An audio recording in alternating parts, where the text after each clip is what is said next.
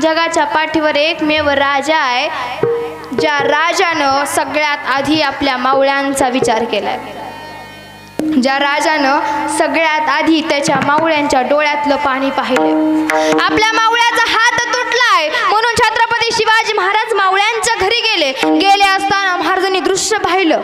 काय दृश्य पाहिलं? तो मावळा रडतोय. महाराजांना वाईट वाटलं आणि महाराजांनी त्या मावळ्याला सांगितलं, अरे तुला रडायचंच होतं तरी लढला कशाला? जर तुला रडायचंच होतं तर रणांगणात तू आलाच कशाला?